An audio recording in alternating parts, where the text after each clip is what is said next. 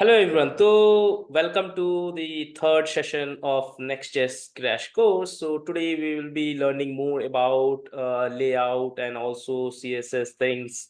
So let's move on and let's start my application first. Dev. Okay, application is started.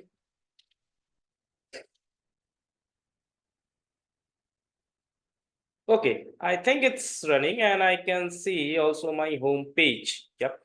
And also you can see I have made one more page name as create. So let's see it's working or not.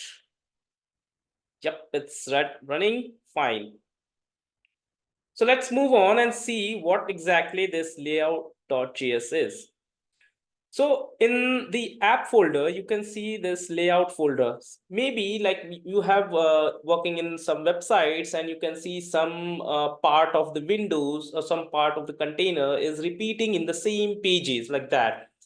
So what you can do, you can put it into the layout folder so that you don't have to put in every pages. So it will be remain in the constant in every pages. So let's see where we can put. So you can see the root layout, and this root layout accepts one children, and this children will be the all pages. Whatever pages it will be rendered in the UI, these pages will be go through this, and actually it will return an HTML element with body tag, and this children will go inside this.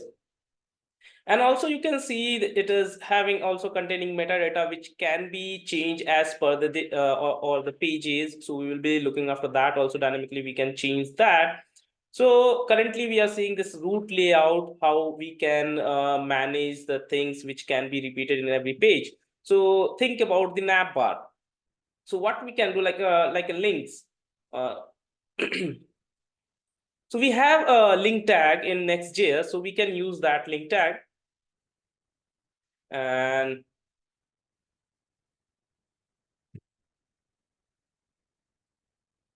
href2 create, and let's make one create tag. So we have to do href or 2. Let's check out. When I click to create, see it's moving on. So it's working. And this link tag internally, it's a tag only.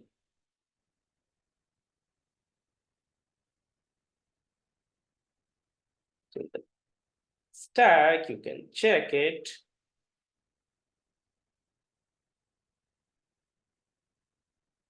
So you can check, like this is also a anchor tag only.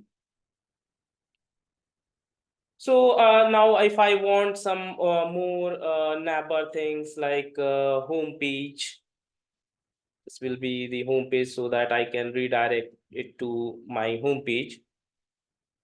So I have two things, create and home. So when I click to create, it will be moving to the create page, and when I click to home, it will be redirecting back to the home page. Now this page, and you can see this nav bar is constant in every pages, because you can see this we have uh, attach this link tag in this layout folder only. Now, what if we can create a component folder also? So in the app, we have created one a component already. I've just created, and also same thing. This two links we have created inside this nav bar link tag to tag. So I will just call this here just to save time. Nav bar.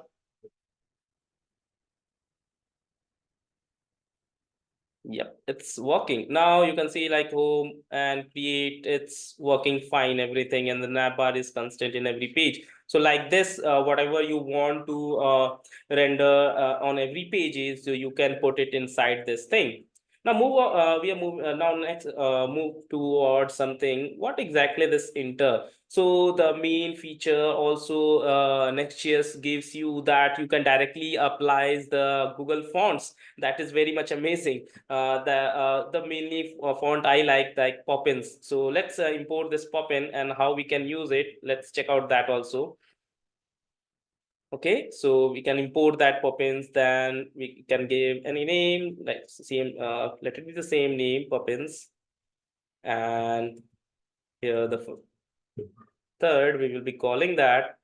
And again, see, it will be giving me one error, like it's also contain a weight. That means we have to give the weight also. So let's give weight also. So weight equals to, let it be 400. So it needs two keys, weight and substrate. Then only it will run. Now it's done. Now again, this pop-ins we have to provide here in the class name. In the body tag, we have to just provide it pop-ins, the variable name which we have defined. Inside that we can call that pop-ins. Now let's check out. Yes, see, you can see the font. It's now pop-in fonts. We are able to apply in the all components of our application. So from this layout folder only, you can manage multiple things. And moving toward the CSS, now CSS you can provide directly in the every component. You have the accessibilities of Tailwind, so you can give the class names of Tailwind so that you can manage that things. And also if you want some global style, so you can use this folder global.css, through which you can apply CSS to all the components of your application. So that was all for today, because I was just covering what exactly this layout and how you can provide or take the Google fonts, and also the CSS thing, how you can provide CSS thing. So we will be more working about CSS thing going forward, like when we are building some application, then we will be using the CSS and layout. It will be better like when you we have great before knowledge about these all things, what exactly these are doing in this your application. So thank you. That was all for today's session. Thank you.